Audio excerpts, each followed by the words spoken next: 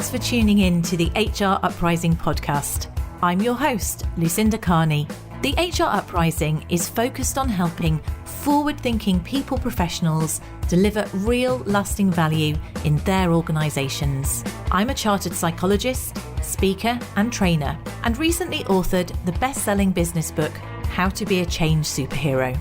My day job is founder and CEO of software and training business Actus.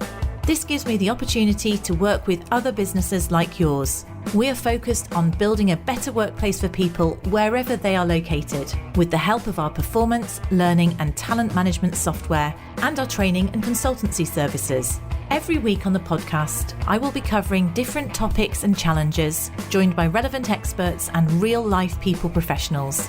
Thank you so much for tuning in. I really hope you enjoy and get value from this week's episode.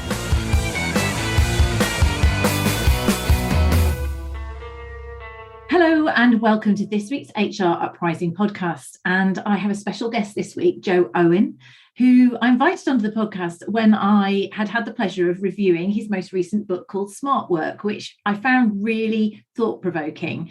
So Jo, thank you very much for giving me the opportunity to review your book. We're going to dig into it a little bit, but I didn't realise at the time how prolific an author you are. So would you like to give yourself a little bit of an introduction for our listeners? So I've had the classic corporate career, started my career in brand management at Procter & Gamble, best nappy salesman in Birmingham, and I put the blue speckle in Daz. Arguably, my career has been downhill ever since then. You put the blue speckle in Daz, did you? I put the blue speckle in Daz. So there you are. What does the blue speckle do? Is it just the blue speckle? Astonishingly, does actually do something. It makes your whites whiter. Just because of a lighting effect. So it really does do something. It's not does it like a reflection? Sort of gimmick there. I wonder if I can get Daz to sponsor this episode. Yes. No,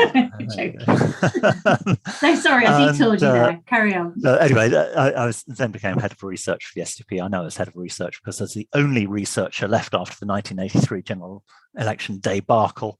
Went off to business school, joined a consulting firm, built their business in Japan. Came back to the UK, got sued for $12 billion when $1 billion was worth something. I joined Accenture, where Addison Consulting. Got sued for $12 billion personally, or as part of your? Well, as a partner, it is personal. Right. As a partner, it's personal. And I take it you resolved that because we resolved it. Yeah, otherwise I'd be selling you the biggest sooner. So it's like, no, I'm okay. But that was quite exciting. And then I decided, and then I started a bank, and then I decided to do something more interesting, which landed up being starting Teach First, which was I started somewhat by accident, but somewhat deliberately. That then led on to a bunch of other NGOs that I've started as well, sort of which flowed from that in education and beyond. One of which is very relevant today. It's Stir Education, where we're dealing with the challenge of 600, the UN challenge, SDG 4, of 600 million kids in school but not learning. And everyone says, well, the teachers are the problem. We're saying, no, the teachers aren't the problem. They are the solution. But the challenge is they're completely demotivated and alienated. So actually, if you can re-engage the teachers, you're going to succeed. And what we learned from that, the model that we learned from that, which we call the RAMP model, of engagement. Do you have that in the book? Happens to fit incredibly well with what we've been seeing in lockdown and with the challenges of working from home and remote working. So there has actually been crossover between the NGO work and the writing work. Obviously, setting up the charities, I make no money, so on the side I have to make money, and I do that by writing books and doing stuff like that, which I love, incidentally. Brilliant. Right. So Teach First, just tell me a bit about what Teach First is, because you refer to it in the book. So Teach First gets great graduates to teach in the most challenging schools in the country, in England. And it is now the largest graduate recruiter in the UK. So it's a little bit surprising, that it started from nothing. It actually started from me sort of kicking my heels in San Francisco, listening to a KFOG, which plays good music, Doors and Dire Straits, so that dates me. And they interrupted the music to do a little sort of human interest interview about a project which got great graduates to teach in the inner city in San Francisco. I rang the radio programs at KFOG and said, give me the name of the project, Teach for America. I rang Teach for America and said, put me through to Wendy Kopp, the CEO. Because I've got a fruity British accent, I got straight through. The accent works. And Wendy said, well, she couldn't help because she was very busy. But McKinsey had been looking at what to do about education in London. So I rang McKinsey and said, look, I should talk to you. And they said, oh, fine, come in. And they said they're doing the study. And I said, I know you're doing the study and I've got the answer. Bring essentially Teach for America over here. And to cut a long story short, that is what happened. I mean, with an awful lot of things that happened in between, as you can imagine. And I think the message from that story is that opportunity is in front of us the whole time. You don't have to be a genius entrepreneur coming up with brilliant new ideas. The ideas are out there. If only we care to grab them as they pass. Because I knew nothing about education at all. But the opportunity was there. And once I got that going, that led to other opportunities as well. So I've landed up setting up 8 NGOs and STIR is the latest one. What does STIR do? So STIR is the one which is addressing the UN challenge of the 600 million kids in school but not learning. And we're doing it by essentially not just getting the teachers re-engaged and remotivated, but getting all the officials and the whole system re-engaged and remotivated, because there is a real challenge there of all the teachers just being ground down in a rather depressing way. And it doesn't help. And then you have all these wonderful literacy and numeracy programs, which are very clever, and they spend hundreds of millions of pounds on them, and they fail. And it's not surprising because they're being implemented through people who aren't interested and aren't motivated. So number one, you've got to engage people. It's employee engagement, right? All over again. Employee engagement on a massive scale. And this is what's interesting, because if you look at it, we expect managers to motivate their teams. And it's like, stop. That is the wrong expectation and the wrong question. The job of the manager is not to be like David Brent and stand on your desk on a Monday morning and make a motivating speech to your team. That doesn't work. You cannot tell people to be happy, motivated, positive, or inspirational. These things come from within. So instead of telling managers to be motivational, all you can do is get managers to put in place the conditions where the team will rediscover their intrinsic motivation, because professionals are intrinsically motivated.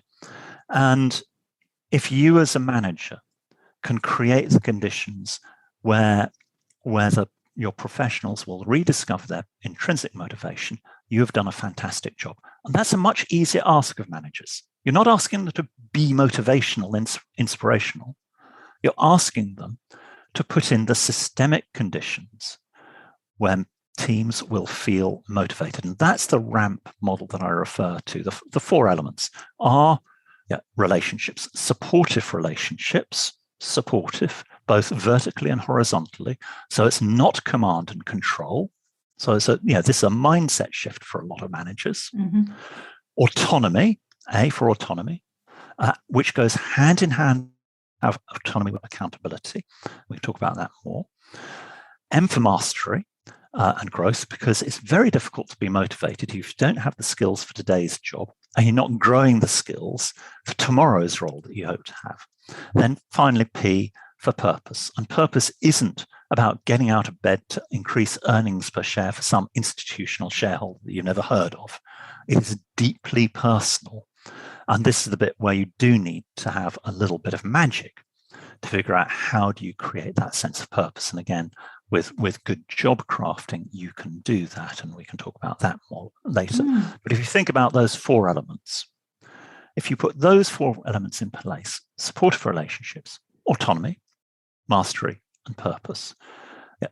If a professional isn't motivated under those circumstances, no amount of making speeches or putting in table tennis tables or having funky lunches available, whatever, that isn't going to motivate them. Okay. But if you put them in, most of your professionals will feel motivated without resort to all of those gimmicks, and you'll have a high-performing team. And as it happens, those are the 4 elements that you also need in remote working: supportive relationships, autonomy, mastery, and purpose. Sorry, that's a long speech, but what's interesting, I think people might have thought, where should you go in terms of this interview? We're talking about teaching, and suddenly right back onto employee engagement and right into the whole, the crux of the book is talking about the ramp piece. One question that I was just wondering about, Jo, and I don't know how easy an answer there is here. So in the same way that you can see this is the challenge for the UN, the teachers there, or many organisations. In fact, I was thinking the next challenge is the NHS stuff could do with a bit of this. Then, even though they've probably got quite a few things in there, it's how do you, what's missing, I suppose. So I suppose my question is, as a line manager, I can see to a certain extent how you'd be able to do those things. In fact, I think I can see, so relationships, it's about rapport building, accountability, clear goals and feedback and that sort of thing, and supporting people there. Mastery is about supporting people to learn and grow. These do link with things in engagement.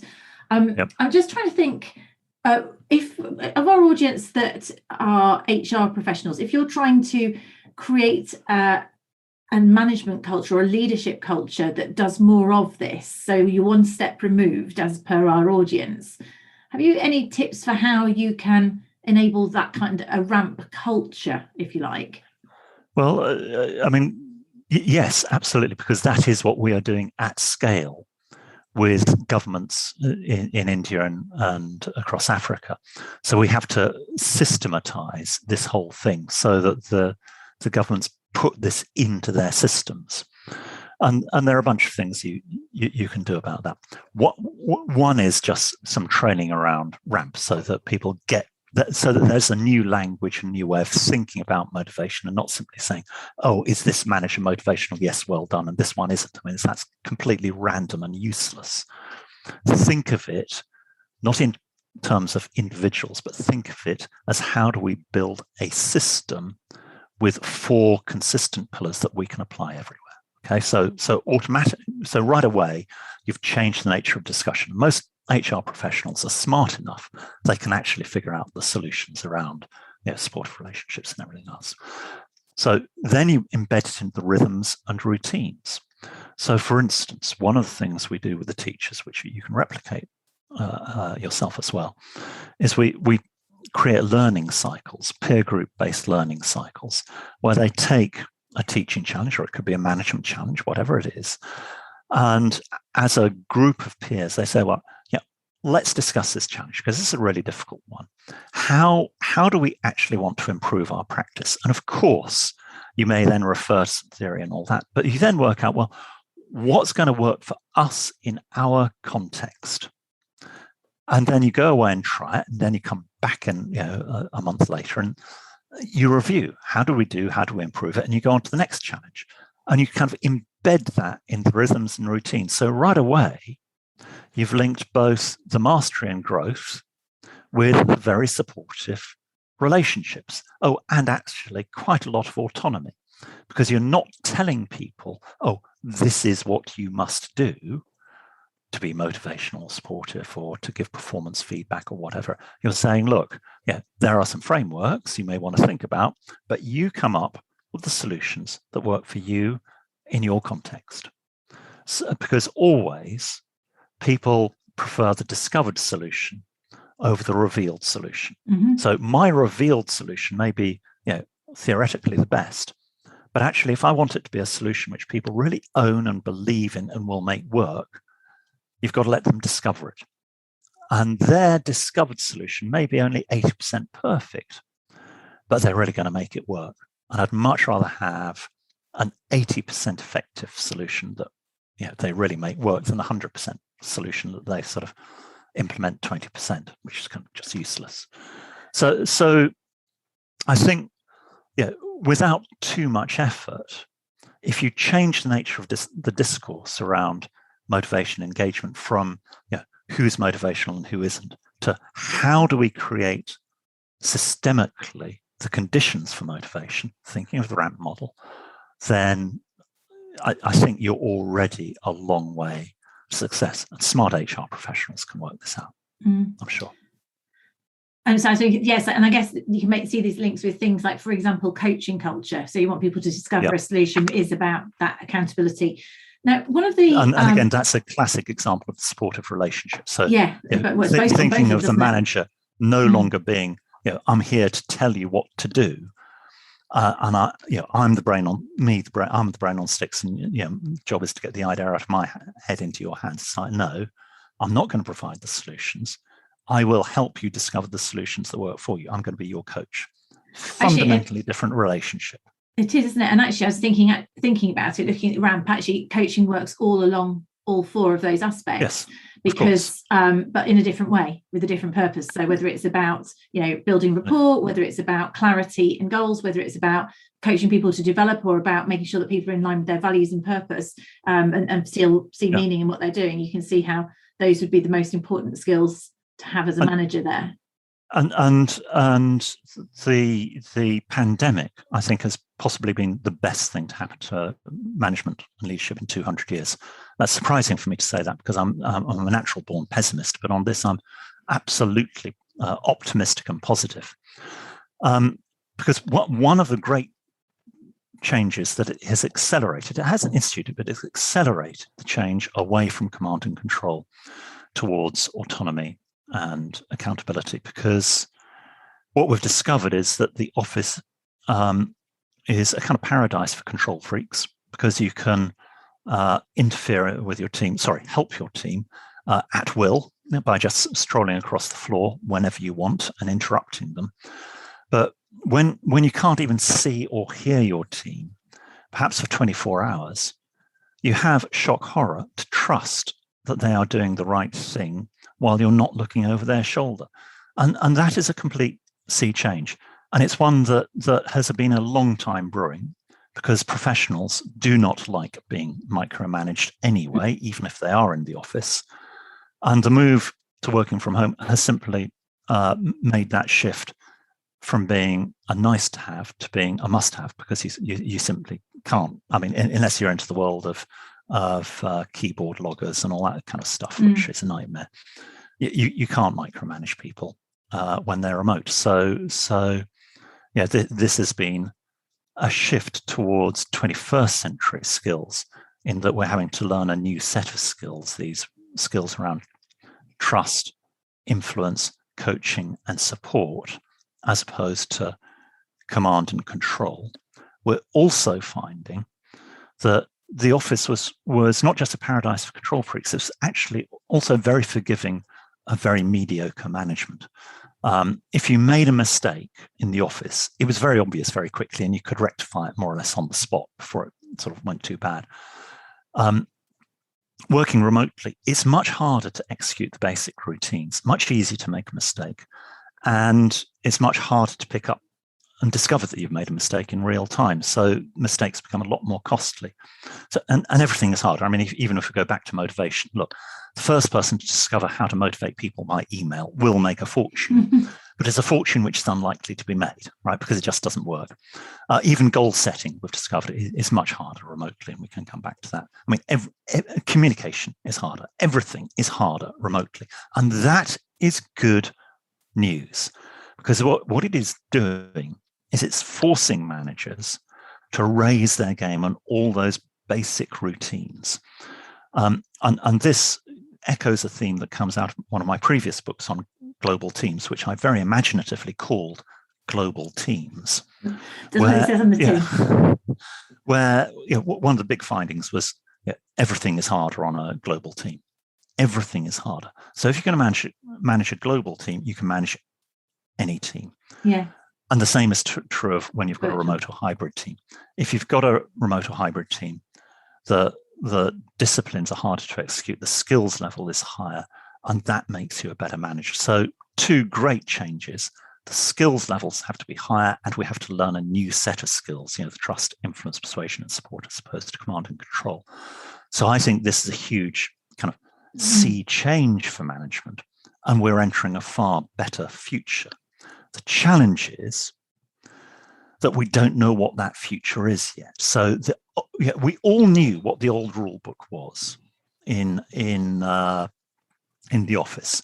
Now, the rules may have been different in every different office, but everyone knew what the rules were. Okay, the informal rules, not the employee manual rules and procedures. It's the rules of survival and success, right? Even little things like when do we turn up and when do we not turn up. People can't know that. Working remotely, people don't even know, well, when do I turn up? What actually are the working hours? So we're into a new world. The old rule book has been ripped up. The new rule book is still being written. Isn't that a brilliant time to be a manager? Isn't that fantastic?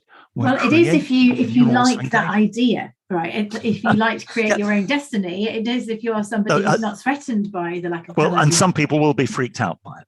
Yeah. And I think, as with all transitions, the best managers will make it, and there will be some that do not make it. And again, I've worked with quite a few organizations on this, and they've said there has been a bit of a sorting of the sheep and the goats. I never know which is which. Wheat from the chaff is easier, I think. Something like that. We know what you mean.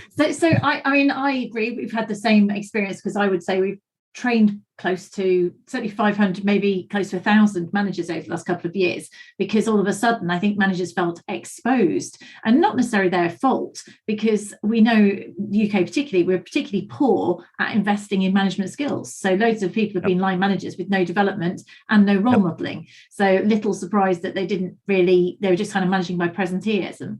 But that takes me on to the point that really resonated with me most powerfully in your book. And there are lots of things, but this particular point, it may seem obvious, but I just thought, that's so true. And it's one of the things that I wonder if there's also a gap, not just in our managers. If we park our managers who perhaps really had to go through this intense growth curve, it's about individuals, the individual contributor. If they don't, you talk about autonomy. Basically, if people, autonomy is a skill. You can give people autonomy, but that doesn't mean they're ready to take it. It reminds me of sort of the 7 Habits, Stephen Covey's thing about responsibility, being able to take responsibility. You have to be quite courageous, and it's quite tricky. And I was just interested in that whole point, because how do we help people be ready to be autonomous? There is a dark side to autonomy, which I think we've seen in the pandemic, which is that autonomy can lead to stress and burnout, particularly for professionals, because there are 2 characteristics of professionals which are going to lead to stress and burnout. One is professionals want to do a good job, which is great. And the second is that professional work is ambiguous. It's not like, how many widgets have you produced, and have you produced them to the right quality? If you ask a professional to write a report, the report could be 1 page long, it could be 100 pages long. It doesn't matter how long it is. It's actually never complete, because there is always another fact you could check and another opinion you could canvass. So if you're a professional faced with an ambiguous task, as simple as writing a report, you want to do a good job, which means you're just going to go on and on. Because that's not your mindset, though, Joe. In the office, you've got to you can constantly be checking with your with your boss and your peers, saying, does this look right? Is this right? What do you really want? Etc. When you're working remotely, you just go on. Well, no, I don't agree with that. Some people let me challenge that. Some people do. I'll give you that, because and I would say that may be about people who don't have the confidence to say how long do you want the report, how many pages. They may be perfectionists. Some people are just want, they don't know where. So I see it that we are on the same page, really, because in terms of autonomy, I think it's challenging for people, and not everybody has that natural trait. And I completely see how we're hearing lots of examples of people reaching burnout because they don't know how to self-manage. They don't know how to set their own parameters. I think is what I would see. So the challenge is boundaries. So how long is the report? And ambiguous work is about not having boundaries on what the work is, and also the working simple things like how long is the working day. The problem is that when you work from home, you never leave work. So you have to create boundaries as well at the beginning and the end of the day. And you can't do that yourself. You need to do that with the rest of the team, because if you can set your own boundaries, but if the rest of the team and your boss is saying, well, actually, I need to be able to talk to you at 9 o'clock in the evening. Well, you've got a problem. Okay. So, part of the solution is to have clear boundaries, both personally and as a team. The only way you can do it as a team is to essentially create a team charter. When you're in the office, you don't need to create a team charter, because you know what you do. Okay. But working from home, you don't know all the basic things. So, I've seen some teams have come up with a slightly bizarre working day where the core hours are 10 to 3. That's when you're available for Zoom and everything else. But then the personal working time, there's a high concentration time when you're not meant to be interrupted. It's like 7 till 9, and then like 8 till 10 in the evening, making those up slightly. And you go, well, that's completely bizarre, until you realize that actually that is perfect for people with caring family, with caring responsibilities. Okay. So that's flexible. That's allowing people to work around it, but they're setting their own. Yeah, but it only works if the whole team says, yes, that's what we're going to do. All right. So this way you kind of need to have the little team charter, and I'd simply urge every team to sit down together and create that team charter about how they want to work, and resolve all those questions that every team has about how do you actually want to work. It's about talking, isn't it? And it is about communicating different people's wants, because if you are able to communicate with openness and sort of respect for each other, to recognise that actually one person's is better, wants to work in the evening, that suits them great, the other person wants to work first thing in the morning and do their fitness class in the evening, or vice versa, and that gives them balance, and everyone understands those boundaries, then that's a really good thing. The interesting thing I think about this is where, again, it comes back from our old school mindset, is the fact that the manager can't control it, and there's somehow, if you're not working 9 till 5, there's this fear that you're swinging the lead, that you're not working, or in some way.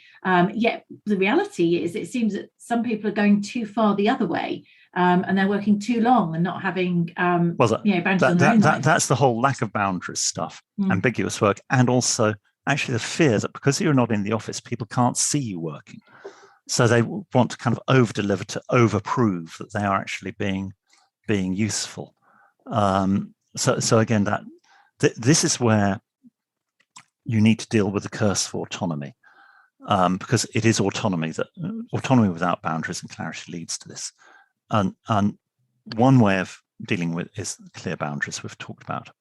The other way, if you're going to double down on autonomy, which pandemic forces you to, then you have to double down on accountability. Most professionals actually kind of feel slightly ambiguous about accountability. They know it's important, but they don't really like being judged, because there's a bit parent-child relationship, isn't it? Oh, you did a good job, pat on the head. No, you did a bad job, sit on the naughty step. And it's like, no, we don't really like that as professionals. But actually, if you convert that away from saying, well, accountability is an unfortunate use of language. If you say, actually, this is about getting clarity. This is about getting real goal clarity about exactly what is it that you're meant to achieve here. So we go back to the example of the report where you quite rightly pulled up and said, well, hang on, you just make sure you agree about exactly what the report is meant to be. How long is it meant to be? Who's it for? What do they expect? What do they really want out of it? What's really important? What are the options? How else can we do it? If you get real clarity, then actually that is amazingly liberating, because you've now contained the beast of autonomy. And from the manager's point of view, you've now got real accountability, because there is no doubt about what is required. Okay. So bizarrely, this accountability gig that professionals feel a little bit uncertain about sometimes, ambiguous about, is actually proper accountability with total goal clarity is the professional's friend, because that's what helps you get through your working day in a much more effective way. So one of the things everyone can do is double down on that. and then you're autonomous as to how you write it or when you write it or what you put in it, but it's got the right sort of structure around it. So I think that's powerful in that I don't think everybody knows how to do that yet, and I think there's a development area for people, new people into the workplace. I feel that there's something there that people need to develop. Again, I said everything is harder on a remote team. I mentioned goal setting. So this is a classic example. In the office, it's very easy to set a goal. You say, well, could you write the report? Fine, okay. And then actually what happens is there's a kind of constant dialogue in the office about, did you really want this? How about this? Have you thought about that? Shall we do? And you're constantly sort of massaging it into the right report, okay? And it's a kind of you discover it's not just something you dictate, it's a process of discovery. That process of discovery can't happen remotely because you can't have that constant dialogue. So now you have to be much more purposeful and deliberate about making sure that you don't just communicate the what, which is kind of really easy and trivial. You have to communicate the why and the context. Who wants this? Why do they want this? What's really wanted? What are the options? How do we do this? All those questions have to come out. They have to be resolved. And they're not going to take one conversation. They're going to take several. So as a manager, you have to now sort of, in all these skills, be more purposeful and more deliberate. And that's a huge challenge for all managers. And it's a huge challenge for all HR professionals, because now, we talk about the learning organization. Boy, people are really going to have to start learning now, because it's a massive step up in skills that it's about thinking, it's about intent, isn't it? All the way you've got to really think about what you're trying to achieve rather than just do. So the office is fine for ad hoc, informal, and frankly slightly amateurish management. Remote and hybrid is much less forgiving, and that's good. That's all to the good. If it makes managers be far more intentional, far more purposeful and deliberate in everything they do, that has to be a good thing, because once you learn those disciplines remotely, you can start applying them in the office, and you're just going to be a better manager. So this is an opportunity we need to grab with both hands to sort of really make the most of it. And it's not just upgrade our skills, but learn the new 21st century skills of trust and influence and all that kind of good stuff, as opposed to command and control. So it's a different world. And as a result, we will all end up in better quality of life and have lower stress and burnout if we are more intentional about it. It seems like you have to, if you work a bit harder, a bit more intentionally, then actually we'll get better outcomes for us and for our people. Absolutely. Now, one other thing that I thought was really relevant, and again, these are two things that have resonated with, I think, from the customers I've talked to, particularly the downside, one of the potential downsides of the virtual setup. And one of those also, you talk in your book about networks of influence, because of course you don't have the incidental chat in the corridor, do you? You've got to be more intentional about building your advocates and relationships. If you're not on a virtual project with the key people, how do you manage your visibility? Because this it could be more difficult for people in terms of their career.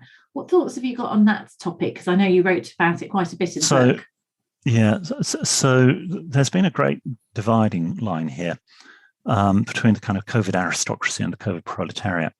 The COVID aristocracy have actually done very well during the pandemic. They're the people who had the long commutes but have a nice house, and they're very happy working from home. But critically, they're probably well established at work, and they have those networks of trust and influence already. Yeah. So when working remotely, they knew who to chat and who to talk to. They could pick up the phone, and it would just happen. Now turn that around. The COVID proletariat, probably working in a flat share from the end of the bed, nightmare. Probably not enjoying their flatmates, etc. Stuck in their room, and probably new either to the world of work or to the company. And they don't have those networks of trust and influence.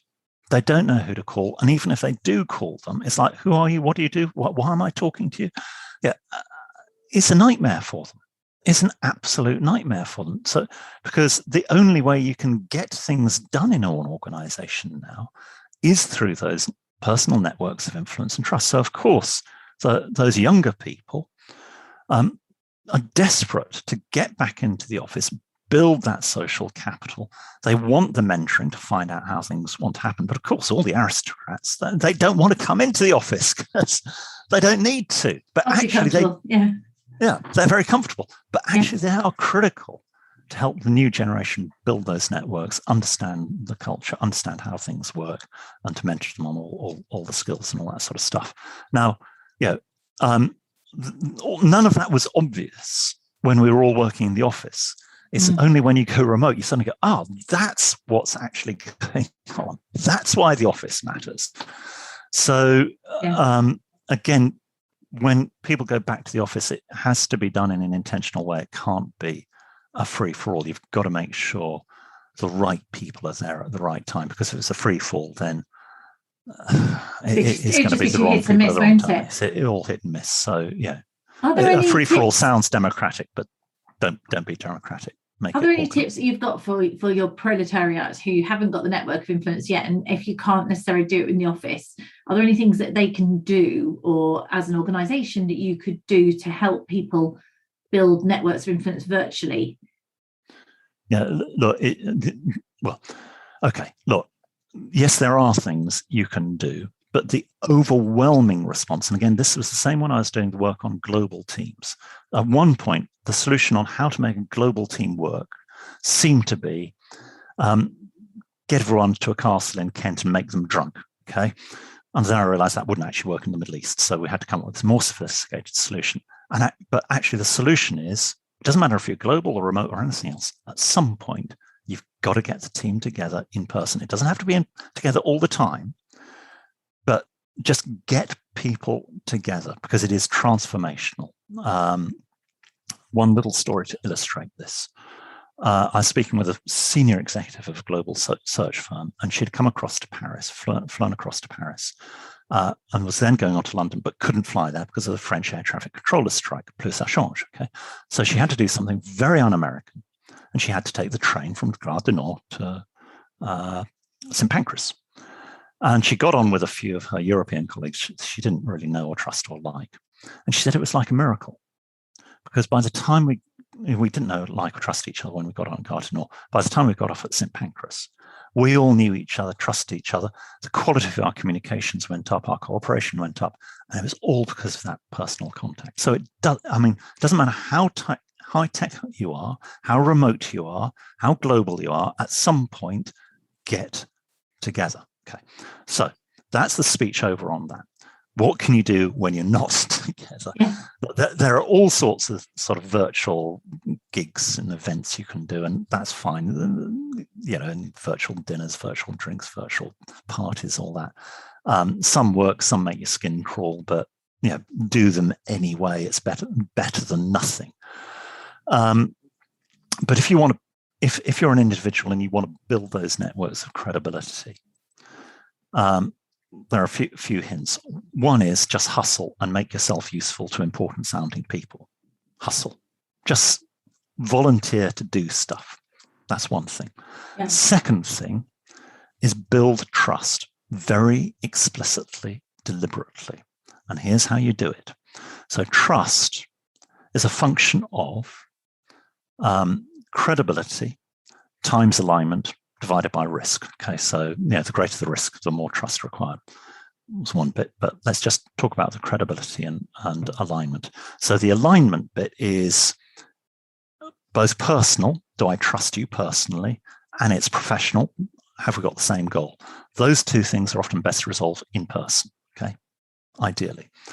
You can help some of the personal alignment by curating your Zoom background.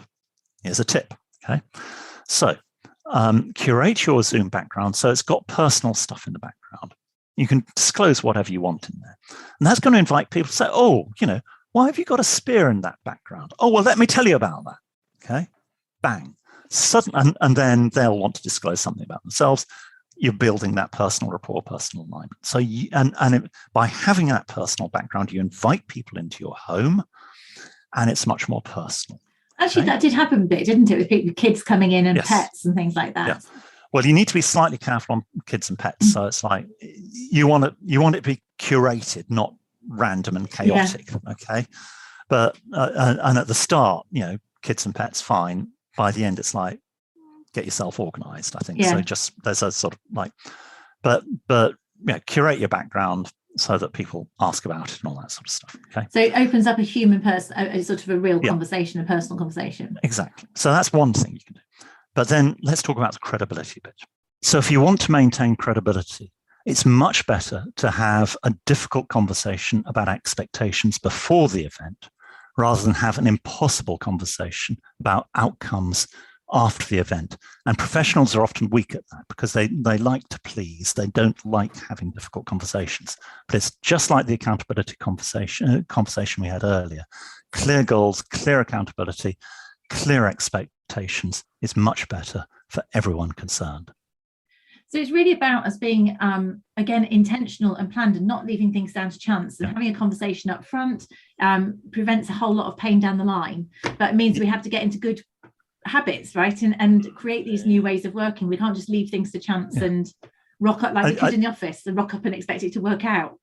I think if there is a constant theme throughout this book, it is about managers having to be much more purposeful and deliberate and intentional about everything they do. The office was very good for mediocre management, ad hoc management, control freak management. All of that goes out of the window when you're working remotely, and a good thing too. So I think we are entering a far better world for management. The best will make it and will thrive. Not all managers will make it. And that's something that HR professionals, as well as individuals, are going to have to grapple with. And actually, if you want to grapple with it, I want a few tips. And then I do recommend your book, Smart Work, Jo. And I haven't read your previous ones. I have to go and look at some of the others, but I know you've got, I think it's 3 other books, haven't you, on leadership and various relevant topics? 18. But you're 18 welcome to buy all. Welcome to buy all of them. I only had read you right before about them on LinkedIn. I thought you said 18 years. My word, prolific. Okay, well, that could keep me out of mischief. So, Jo, if people want to get hold of you to find out the names of all your 18 books, where would they get hold of you? The best is to get hold of me at jo@ilead.guru. A very modest email. Like it. jo@ilead.guru. Brilliant. We'll put the links in the show notes as well.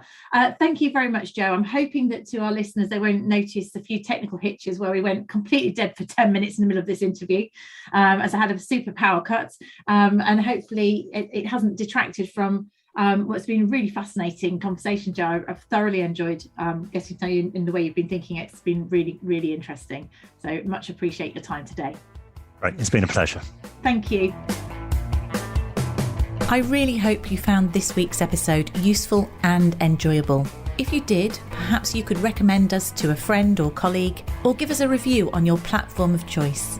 It really helps new listeners to find us. Now you can access links to any of the information mentioned in this show via the website www.hruprising.com. Further free resources are also available at www.actus.co.uk. There you can also find out more about our software and training solutions. Finally, why not join our LinkedIn group, the HR Uprising, to share ideas and collaborate with other like-minded people professionals.